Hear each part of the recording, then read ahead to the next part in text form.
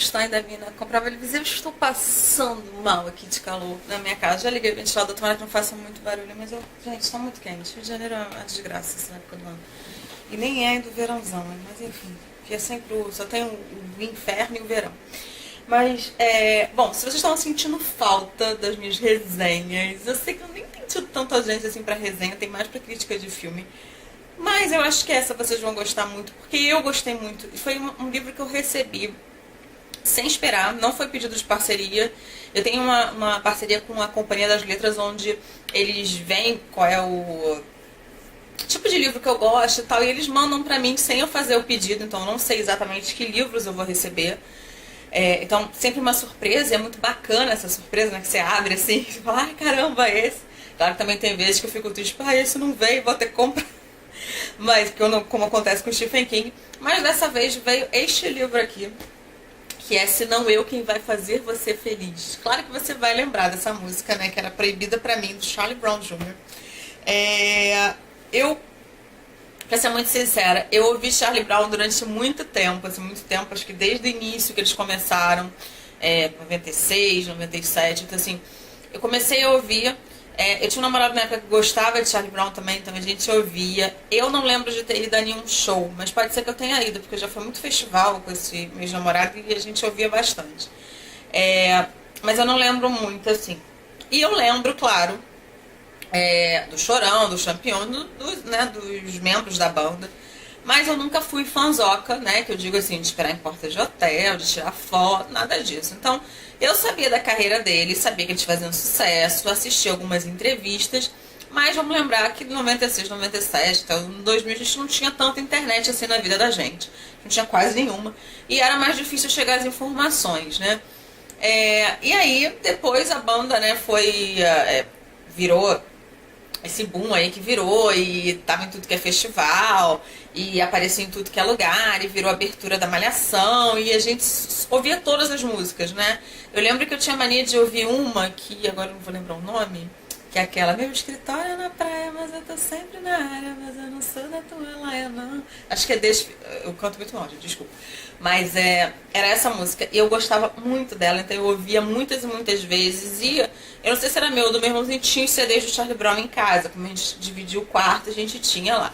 Bom, onde eu vou chegar com essa história? Em 2013 eu já não era mais tão assídua, eu já não ouvia tanto, não sabia tanto da carreira deles, e claro que foi um choque pra todo mundo. O Chorão, né, o Alexandre, ter morrido de overdose em 2013, e foi um choque ainda maior, 6 meses depois, o Champion, que também tocava na banda, que também fazia parte da banda, né, ele ter se matado com um tiro 6 meses depois, com a esposa dele estando grávida. Então, toda essa história teve muito burburinho e tal.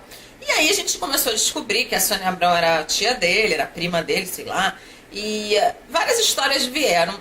E sempre, toda história sempre tem o seu lado, né? E aí por isso que existem as biografias não autorizadas, que é onde o repórter vai lá, entrevista um monte de gente e faz a biografia não autorizada. E tem as autorizadas, que é aquilo que o artista quer que o público saiba. Então, elas são legais? São, mas a gente, na verdade, sempre quer saber um pouquinho mais sobre coisas que às vezes o artista não quer contar pra gente. E o que foi bacana nesse livro? Esse livro aqui é o Se Não Eu Quem Vai Fazer Você Feliz, que é da música Proibida, que foi a música que o Chorão fez pra namorada e a única esposa que ele teve. Ele foi casado antes, eu acho, tinha uma ex-mulher, mas acho que não sei se foi casado no papel, porque ele era muito novo. Que ele tem o único filho dele, que foi do primeiro casamento, primeiro relacionamento mais longo. E é a Graziela Gonçalves, né? Minha História de Amor com Chorão. Aqui a Graziela conta pra gente a versão dela de todos os fatos, porque quando ele morreu, em todos os lugares saiu que ele estava em depressão e que tinha aumentado seu vício na cocaína por causa da separação, que ela tinha pedido o divórcio dele. Só que a história não foi bem assim. Aqui, a Graziella, ela começa a contar pra gente desde quando ela nasceu, como é que era a família dela e tudo. Isso pode ser um pouquinho menos interessante pra gente que não a conhece assim tão bem. Eu, por exemplo, sabia que ele tinha uma esposa de anos, mas eu não sabia nem o nome dela. E aí eu vi algumas amigas, vi sobre o lançamento, vi algumas matérias sobre o lançamento. Não pude ir aqui no Rio de Janeiro quando ela veio. Tive amigas que foram, tiraram foto e tal, eu vi. E no dia eu não pude ir. Eu tinha outro compromisso. E aí depois eu recebi o livro da Paralela. E a leitura, gente, eu vou te contar, eu fiz muito rápido. Eu fiz em um dia. Um dia literalmente, assim. Eu comecei de manhã indo pegando o metrô. Aí eu assisti 2 cabines. Desculpa, uma cabine e um filme. Cheguei em casa, fui lendo entre um filme e outro, fui lendo no metrô, cheguei em casa, fiquei 2h30 lendo aqui, acho que quase 3 horas para acabar o livro. E tô resenhando exatamente no dia que eu acabei. Porque eu gosto muito de biografias, eu gosto de histórias reais, e aqui a gente começa a conhecer. E é tão bacana saber das histórias de amor, quando a gente lê romance, a gente ama, a gente adora saber dos personagens. E quando os personagens são reais, então eu acho que é ainda mais gostoso, porque você fica com aquela cara de caramba, isso aconteceu mesmo, não sei o que lá. E isso é muito, muito legal. Assim, aqui conta a forma como eles se conheceram. Ela no início não queria muito, porque ele tinha fama de garanhão, ele ficava com todas as garotas, o jeito que ele se aproximou dela, o contato dele, como é que era.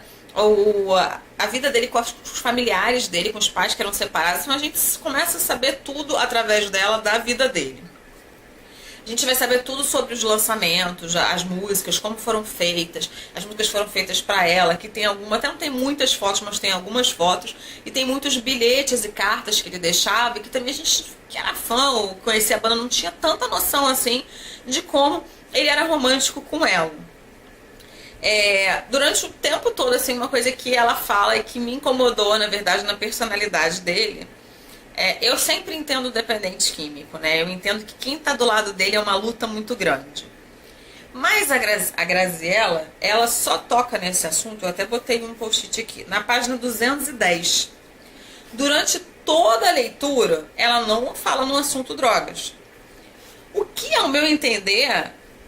Todos os livros que eu leio de biografia de roqueiro e óleo, são muitos, se vocês me acompanham, o contato com as drogas é sempre muito cedo, né? Ainda mais de quem faz sucesso. E ela só vai tocar nesse assunto como se fosse no ano de 2008. Isso eu fiquei esperando muito pra saber como é que foi. Gente, eu não sei se porque isso é uma coisa minha, tá? Quando eu tinha uns 13 anos, acho que acontece, a maioria de vocês já sabe, eu ganhei o livro Cristiane F., 13 anos, drogada e prostituída. Eu ganhei da minha tia. Eu nunca fumei nem maconha, porque eu tomei um horror de droga, que eu tinha horror de ficar com aquela Cristiane F. Eu tinha pavor, eu assisti o filme 500 vezes e mostrava pra todo mundo. E eu sempre acho importante a gente ler, né? Como é que a pessoa começou naquilo, a pessoa acha que é só um pouquinho, ela não vai se vendo como viciada. E tô falando de umas drogas mais leves, né? Que são a maconha, né? Enfim, drogas mais leves, até depois, né? Cocaína, heroína, essas coisas. Porque ela fala que era só cocaína. A overdose dele foi de cocaína. E aí ela vai tocar nesse assunto aqui na página 210. E antes disso, a única coisa do Chorão que me incomodou, assim, lógico, né? Que foi os ciúmes dele. Ele era extremamente ciumento. E ela conta que uma época eles se separaram. Ele já fazendo sucesso e tal. Ele se separou dela, eles tinham uma união estável. Eles assinaram a união estável. Porque ele não queria que ela fizesse faculdade. Então você fica pensando, um cara que é de uma banda, que, né, tudo, você imagina, que é tudo legalize já, não sei o que lá, e, sabe, ter esse machismo com a sua companheira. É absurdo, né? Então, assim, isso me incomodou na leitura, me deu meio que uma brochada, tipo, cara, que cara idiota.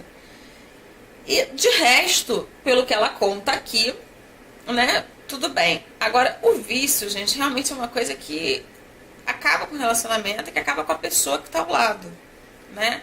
Ela ficou destruída com isso, né? Ela teve depressão, ela já teve síndrome do pânico, ela fez um monte de tratamento, ela emagreceu muito, porque ela vê a pessoa se acabando, e como você ama demais, isso não é só esposa, namorada, não, noiva, isso também acontece com mãe que acredita no filho por amor, né? Eu já cansei de ver aí mãe que, tipo, fica, mas ele vai conseguir sair. E, na verdade, o próprio viciado tá enganando aquela pessoa que ele ama. E ele não tá ferindo só a si, ele tá ferindo também as pessoas ao redor, e principalmente mãe, e esposa, e namorada e noiva, enfim. Como era a esposa dele, aqui o que a gente vê é que ele foi se afundando nas drogas, e usava cada vez mais cocaína. E como saiu na época, né, que ele faleceu, que ela que tinha pedido, ela deixou claro aqui que não foi nada disso. Que ele saiu um dia de casa, pegou as coisas, avisou pra faxineira dele, pra empregada lá, que ele tava indo embora, dar um tempo, e resolveu se hospedar num hotel. Ela nunca acabou com ele de verdade. E aí tava como ex-mulher e tal, e elas nunca nem assinaram o divórcio. Então tudo isso ela conta aqui. É bacana a gente ver como foram feitas músicas para ela, né? Que ela era a musa inspiradora dele. Ela disse que nunca pensou em ser musa inspiradora de ninguém. Como ela dedicou a vida dela para ele. E o que a gente vê com muitas esposas de jogador, de cantor, né? Elas acabam abdicando da vida delas, cuidando mais da casa. A diferença é que ela chegou a ficar grávida, mas ela acabou perdendo a criança. E ela não teve esse vínculo familiar, assim, de ter filho, de cuidar, essas coisas com ele, ela realmente não teve. Também acho que faltou um pouco aqui, ela cita algumas poucas vezes, principalmente na área da internação, como é que era o contato do Chorão com o filho dele, o único filho que ele teve. Que parece que ele não tinha quase contato, né? E que ela se vê no dever de avisar quando ele tá já para ser internado. Então a família era muito distante, a ex-mulher quase não via, né? Mais o filho, né? Na verdade a preocupação era o filho. Que ele tinha sido pai com 19 anos, 18, nem sei. Ela explica aqui. E aí isso é muito bacana de ver. O que é legal também no livro, né? A gente tem bandas nacionais que marcaram a vida da gente. Que certamente vão marcar a vida dos filhos, netos, primos, de toda uma geração, né? Muita gente não conheceu o Legião Urbana. E as músicas dele tocam até hoje, né? Não conheceram, não estavam vivos quando Renato Russo morreu. Ou Cazuza, ou enfim, várias bandas do rock nacional e internacional. E é exatamente isso. O legado do Charlie Brown Jr. são músicas que vão ficar para sempre, né? E que a gente sempre quer saber mais sobre isso. Então tem a visão da esposa dele, da mulher que ficou do lado dele 20 anos, né? Do que foi, como é que ele estava naquele momento. É muito importante. Isso é dado com detalhes, mas algumas partes realmente, como por exemplo, como ele começou, quando é que ela percebeu, as coisas não são. Quando ela percebeu, ela até diz que ela via ele chegando do show e via que ele estava diferente, mas assim também, pelo que ela fala, não usava na frente dela. E exatamente por causa das versões que a gente ouviu de que ela também era drogada e de que, enfim, ela conseguiu se recuperar. Tinha muita fake news, como a gente gosta de falar hoje em dia, que agora tem esse nome, né? Sobre esse relacionamento, e ela coloca os pingos nos is aqui.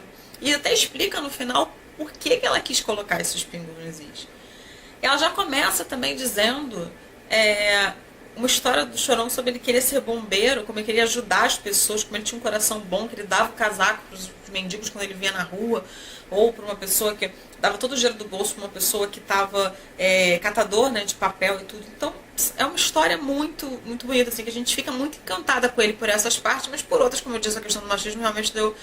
A questão da dependência química, eu nunca fico com raiva da pessoa, na verdade. Eu sinto pena, porque eu sei que ela também.